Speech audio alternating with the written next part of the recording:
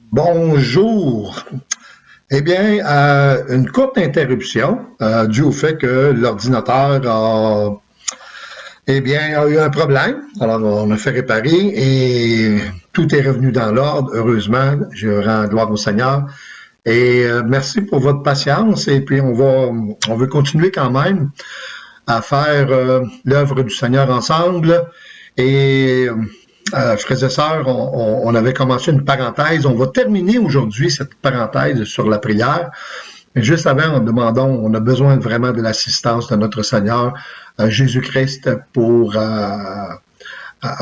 comprendre davantage l'importance de cet aspect de notre vie chrétienne. Alors, s'il vous plaît, on va pencher nos têtes, on va prier quelques instants. Seigneur notre Dieu, à qui rions-nous? Tu as les paroles de la vie. Ta parole, Seigneur, elle est pleine, Seigneur, d'enseignements, Seigneur, pour nous aider à comprendre tes plans parfaits pour chacune de nos vies. Et surtout, Seigneur, en cette période où on est plus souvent qu'autrement confiné ou du moins retiré quelque peu, on veut prendre le temps, Seigneur, de nous rapprocher de toi, Seigneur. Alors, notre Père, je prie que tu puisses m'aider à délivrer, Seigneur, cet enseignement pour nous aider à aller un peu plus loin dans notre vie chrétienne et qu'on puisse voir, Seigneur, la gloire de ton précieux nom. On te demande, Seigneur, de bénir, Seigneur, Église, Vie d'Espoir à Montréal, que tu puisses prendre ton, Seigneur, puisse donner, Seigneur, de ton esprit à chacun et à chacune, afin qu'on puisse découvrir de plus en plus ton plan parfait et que ton nom puisse être honoré, glorifié, Seigneur, dans cette partie, Seigneur, de l'île de Montréal. Alors, et Seigneur, je te rends gloire, je te rends grâce pour tout, et je te dis, Seigneur, merci pour tout. Amen, amen et amen, frères et sœurs. Alléluia. Gloire à ton Saint-Nom. Amen, amen. Alors, juste avant de commencer, j'aimerais qu'on puisse prendre le temps de lire un texte qu'on va trouver dans le livre des Actes des Apôtres, au chapitre 2, à partir du verset 45, et qui nous parle, en fin de compte, du commencement. On sait que c'est un peu comme dans le commencement de l'Église. Et on sait qu'après la prédication de Pierre, un grand nombre, on dit 3000 sont venus à la connaissance de Jésus-Christ. Mais qu'on puisse comprendre, qu'on puisse s'arrêter, du moins se souvenir qu'après la prédication de Pierre, 3000 âmes se sont convertis à Jésus-Christ, notre Seigneur. Tout simplement ça pour vous dire que le mandat de l'Église, c'est vraiment d'aller parmi toutes les nations, de prêcher la bonne nouvelle de Jésus-Christ, notre Seigneur. Et même cet aspect de la prière, elle doit se cultiver en nous dans le but d'aller parmi les nations pour prêcher la bonne nouvelle de Jésus-Christ. Et nous lisons dans le livre des Actes, chapitre 2, j'ai dit verset 45, mais c'est plutôt verset 41.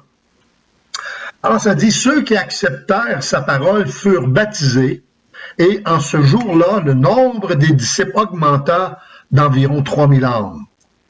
Ils persévéraient dans l'enseignement des apôtres, dans la communion fraternelle, dans la fraction du pain et dans les prières.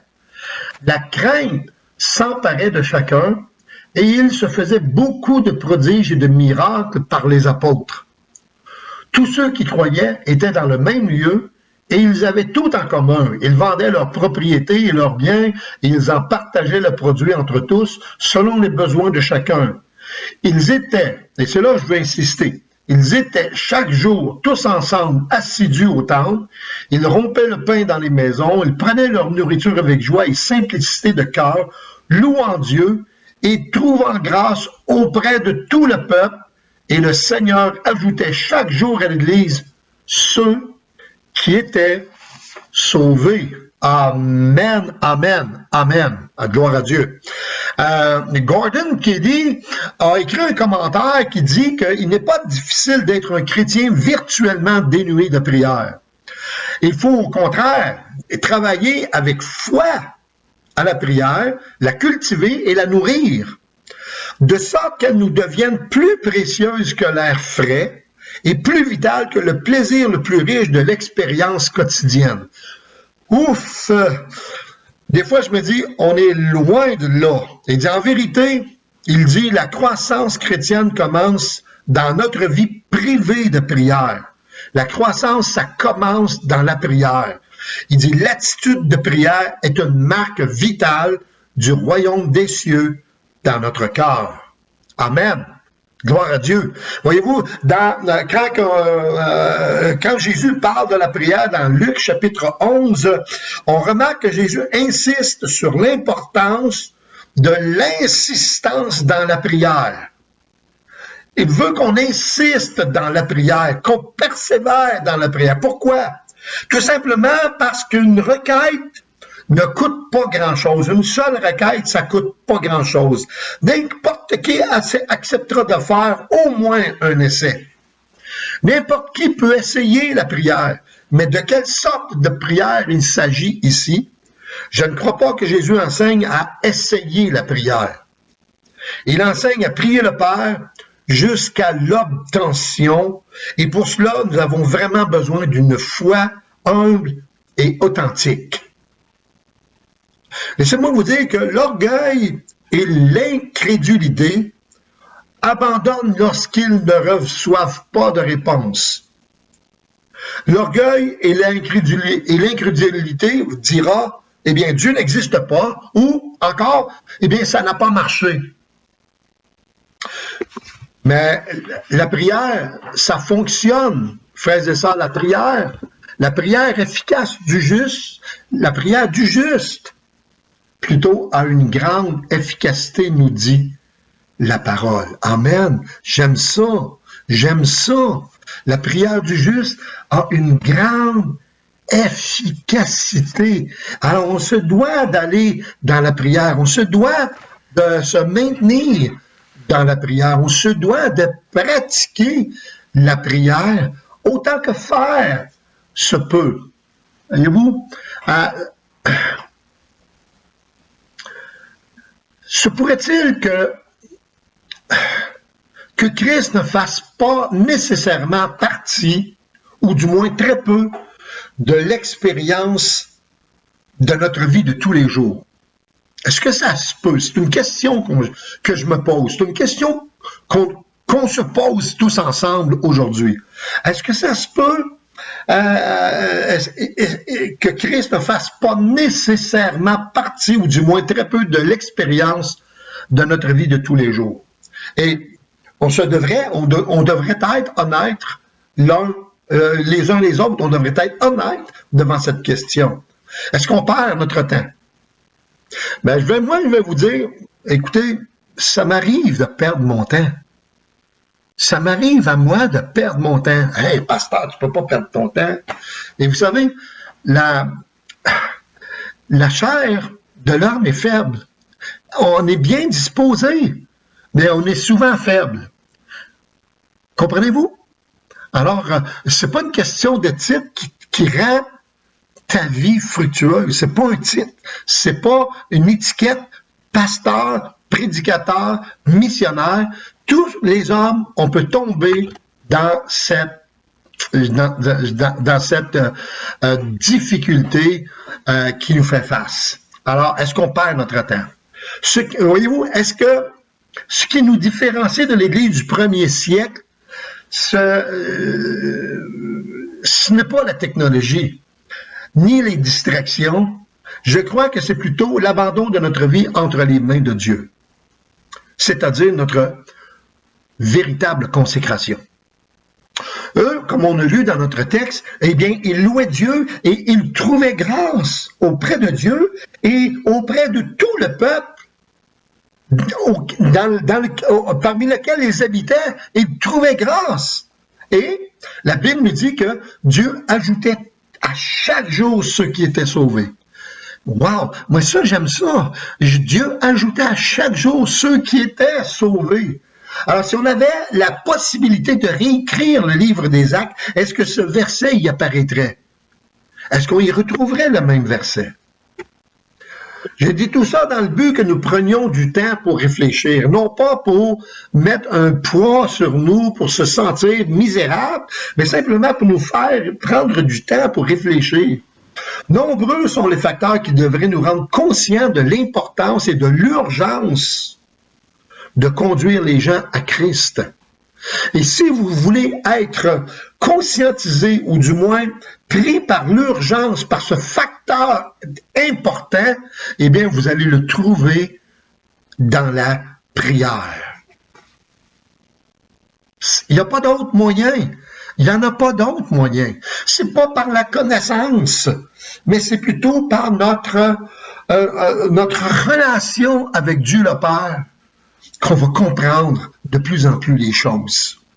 Aujourd'hui, frères et sœurs, écoutez, aujourd'hui, il y a plus de livres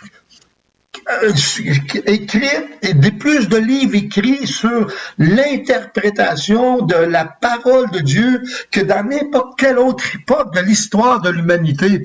Et pourtant, le livre des Actes et des Apôtres, à cette époque-là, il y avait pas beaucoup de livres. Du moins, les livres étaient réservés aux érudits, aux élites, et le peuple le peuple ordinaire, eh bien, n'avait pas de lecture, n'avait pas de livre comme nous, on en a. Et pourtant, ils ont bouleversé le monde de leur époque. Pourquoi?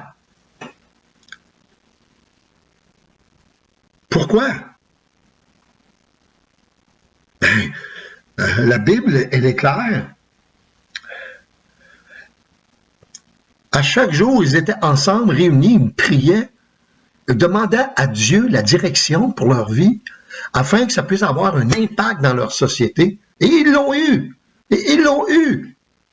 Alors nous, frères et sœurs, c'est pas différent. Si on fait la même chose, si on suit le modèle du livre des Actes des Apôtres, eh bien, frères et sœurs, on va continuer à voir les choses qui se passaient à l'intérieur de ce livre-là. On va le voir se manifester encore de nos jours.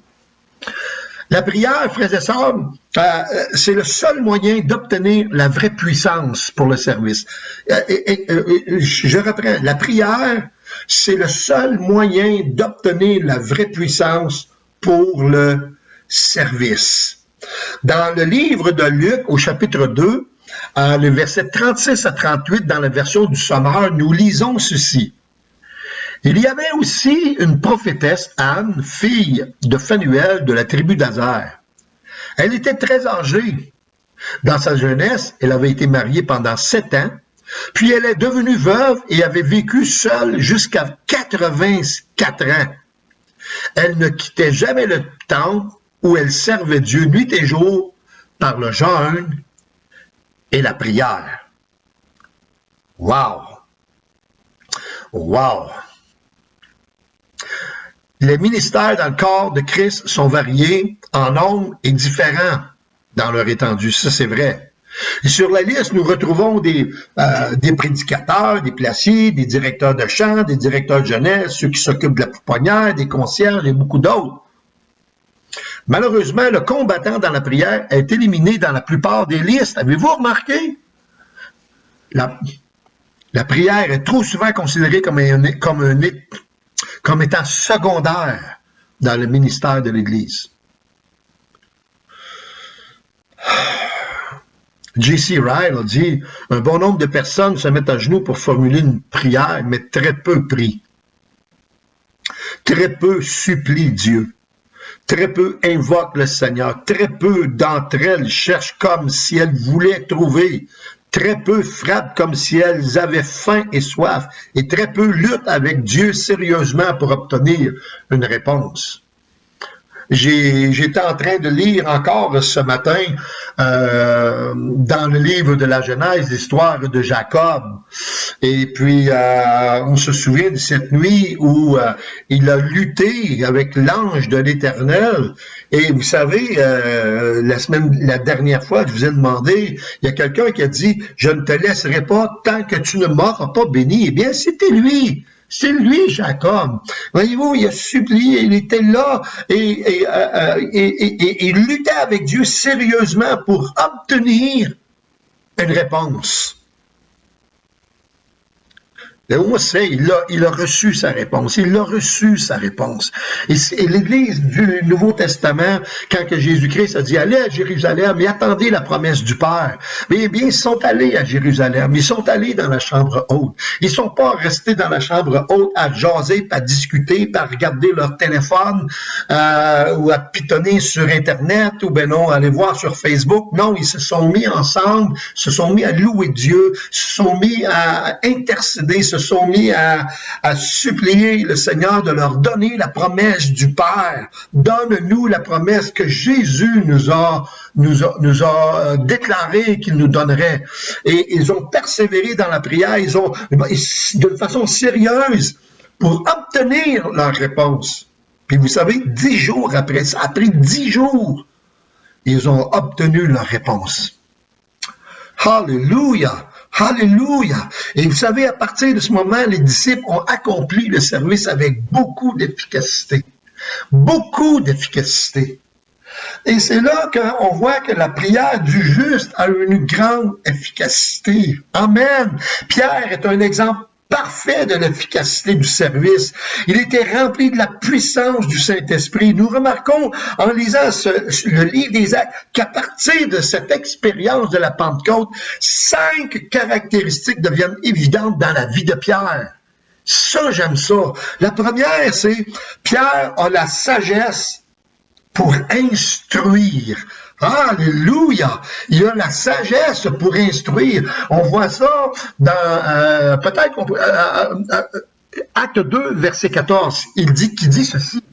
Alors Pierre, se présentant avec les 11, il vient de recevoir la promesse du Père et il dit, Pierre, se présentant avec les 11, éleva la voix et leur parla en ces termes, hommes juifs, et vous tous qui séjournez à Jérusalem, sachez ceci et prêtez l'oreille à mes paroles.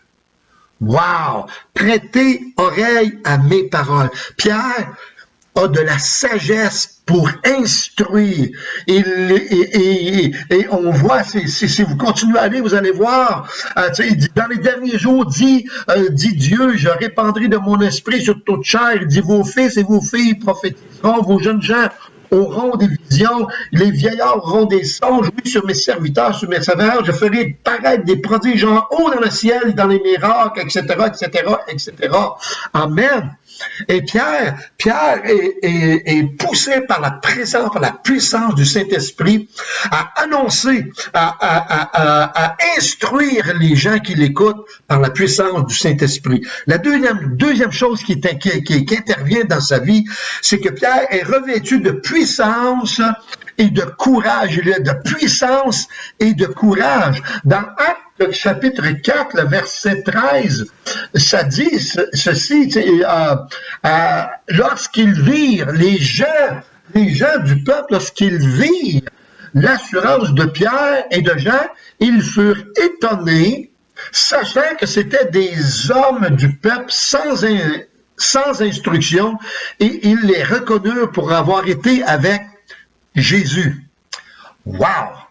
Voyez-vous,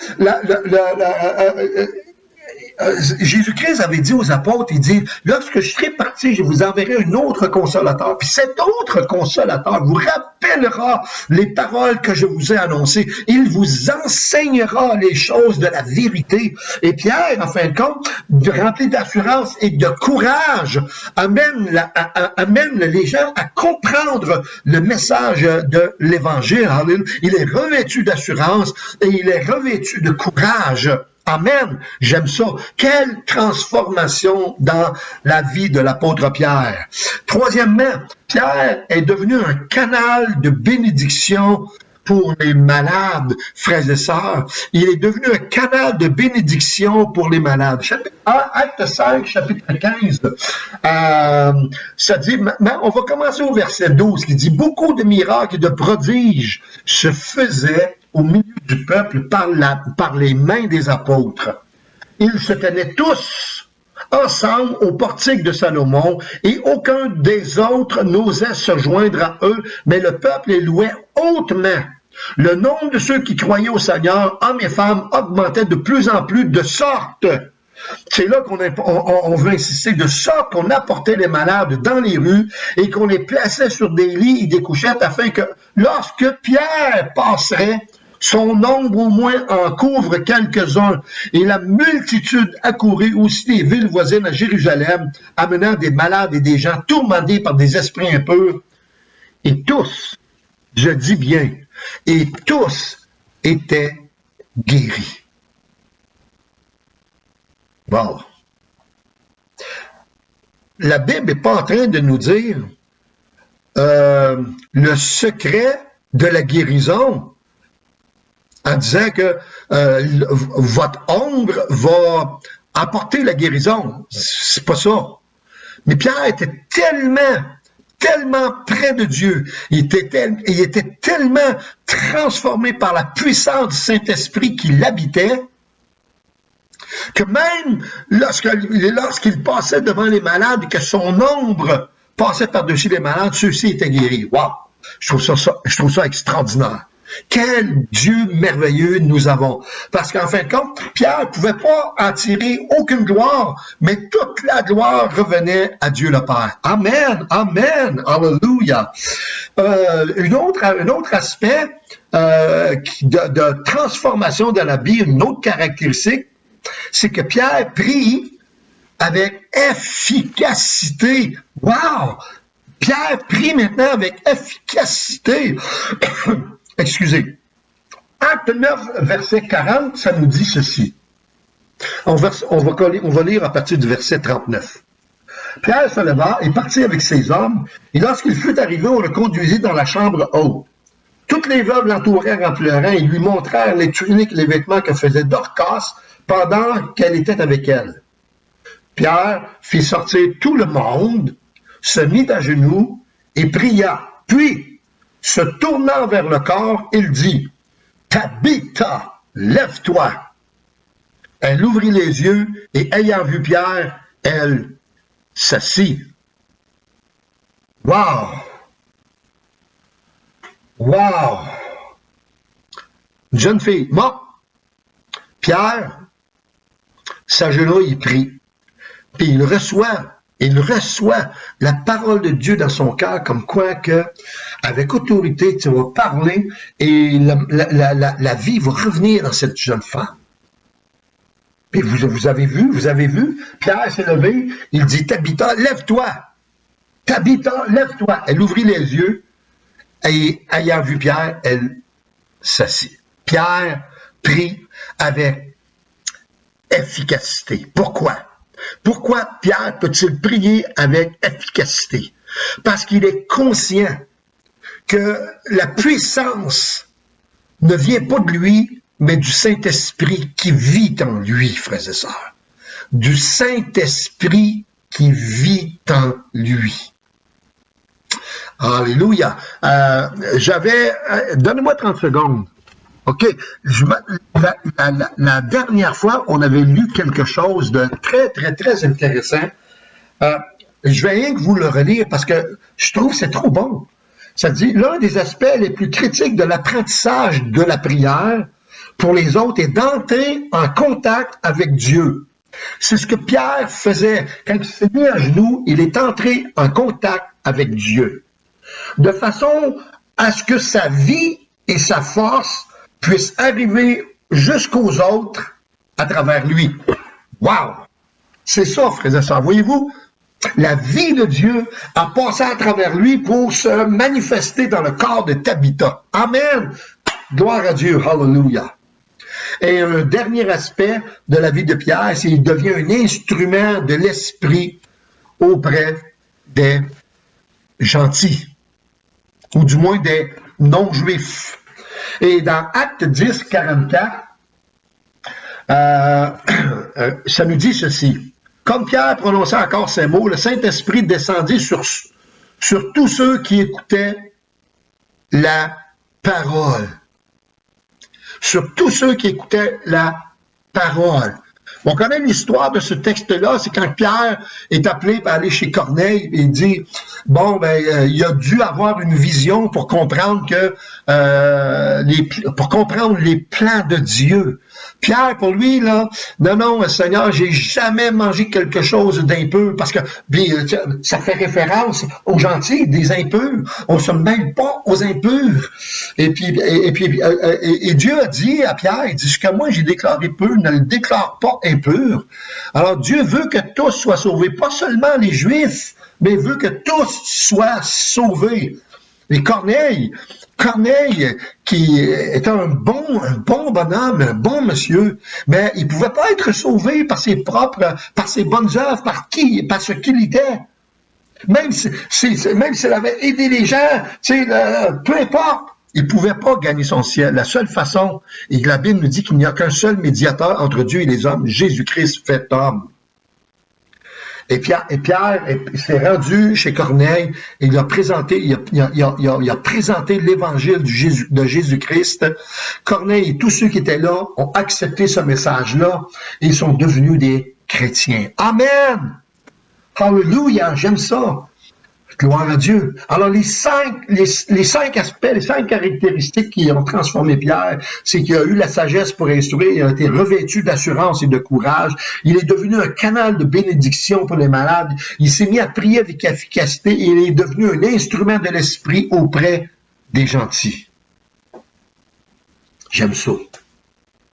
Dans une revue sur la prière, on pouvait lire ceci. Nous sommes sous une tension perpétuelle pour trouver de nouvelles méthodes. Ça, c'est nous de nos jours. De nouveaux plans, de nouvelles organisations pour faire avancer l'Église de Christ et assurer une multiplication et une efficacité plus grande à l'Évangile. Bon. Cette tendance actuelle a le terrible penchant de perdre de vue l'homme ou de le noyer dans la masse d'un plan ou d'une organisation. Tandis que le plan de Dieu, lui, est de faire beaucoup plus de l'homme, beaucoup plus de lui que de quoi que ce soit d'autre.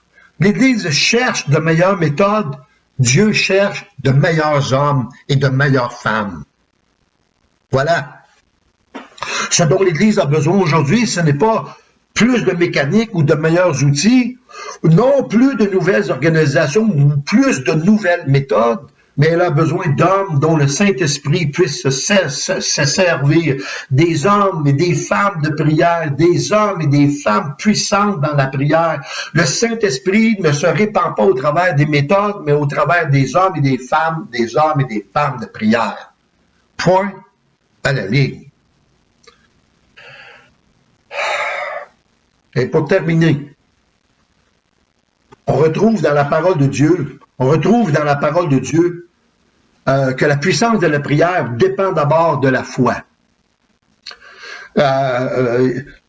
Jésus a dit, demandez, vous recevrez, cherchez, vous trouverez, frappez, l'on vous ouvrira, car celui qui demande reçoit, celui qui cherche trouve, et l'on ouvre à celui qui frappe. Alors, ça prend de la foi. Si vous priez avec foi, tout ce que vous demanderez, vous l'obtiendrez, dira-t-il dans Matthieu 21, 22. Nous trouvons dans la parole de Dieu que la puissance de la prière est illimitée pour ceux qui demeurent en Christ. Mais si vous demeurez en moi et que mes paroles demeurent en vous, demandez ce que vous voudrez et vous l'obtiendrez. Donc, elle est illimitée pour ceux qui demeurent en Christ. Nous trouvons dans la parole de Dieu que la puissance de la prière est accompagnée par la louange aussi. Vers le milieu de la nuit, souvenez-vous de Paul et Silas, ils priaient et chantaient les louanges de Dieu. Et les autres prisonniers les écoutaient, et tout d'un coup, on se souvient ce qui est arrivé, un violent tremblement de terre secoue la prison, jusque dans ses fondements, et toutes les portes s'ouvrirent à l'instant, même et les chaînes de tous les prisonniers se détachèrent. Wow! Elle est accompagnée aussi, la prière, elle est accompagnée de louange. Amen. J'aime ça, frères et sœurs. Alléluia. Alléluia. Alors, pourquoi devons-nous constamment prier? À cette question, je réponds dans le même sens que le psalmiste qui déclare que la science de Dieu est au-dessus de ma portée. Elle est trop élevée pour que je puisse la saisir. Alors, nous savons que Dieu dispose de toute la puissance nécessaire pour accomplir sa volonté sans recourir à l'homme. Cependant, dans sa souveraineté, et ça aussi j'aime ça, il a décidé de laisser sa volonté inaccomplie pendant un certain temps, tant qu'il n'a pas trouvé ceux qui veulent coopérer avec lui par la prière. C'est tellement bon. C'est tellement bon. Dieu retardera son œuvre ou permettra qu'elle apparaisse comme une œuvre dont il ne se soucie pas jusqu'à ce qu'il trouve un homme capable ou une femme capable de prier et qui prie effectivement. Il permettra qu'un pays reste pendant plusieurs années sans qu'il s'y passe grand-chose jusqu'à ce qu'il ait trouvé l'homme qu'il recherche. Un homme ou une femme de prière. C'est alors qu'il agira avec puissance. Alléluia! Alléluia, frères et sœurs! Amen! Amen! Alléluia! Possède la plus grande foi celui qui est le plus capable, dans une simplicité enfantine, de recevoir la parole comme la vérité même de Dieu et de demeurer sur cette parole, d'être satisfait par elle et d'être entièrement assuré que Dieu fera exactement ce qu'il dit. Alléluia! J'espère que nous ne broncherons pas. J'espère que nous n'aurons pas trop de difficultés à saisir la simplicité d'un enfant. Parce que les hommes et les femmes qui sont capables de recevoir la parole de Dieu, de se reposer sur elle, ceux-là sont les plus forts dans la foi. Alors, frères et sœurs, je suis convaincu que tu es capable de recevoir la parole de Dieu, que tu es capable de te reposer sur elle pour être fort dans la foi. Alléluia! Et je termine en vous disant ceci, être pleinement satisfait avec la parole de Dieu, nous disant à nous-mêmes, il en sera ainsi simplement parce que Dieu l'a dit. Amen, amen. À bon entendeur, merci. Que Dieu vous bénisse. Passez une bonne semaine. Gardons notre Dieu en tête. Gardons-le dans notre cœur. Méditons, lisons la parole, demandons à ce que son esprit se manifeste avec puissance dans chacune de nos vies afin que Dieu puisse être glorifié en tout. Amen. Amen. À la prochaine. Merci encore. Gloire à Dieu.